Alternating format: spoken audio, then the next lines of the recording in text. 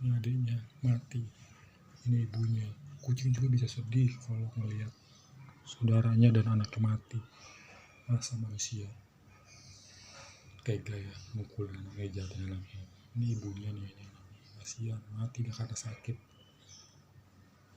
Ini kakaknya, ini juga dari 4 yang hidup cuma 1. Ini mati dia karena sakit. Ibunya tetap ngejilatin, berharap dia masih hidup.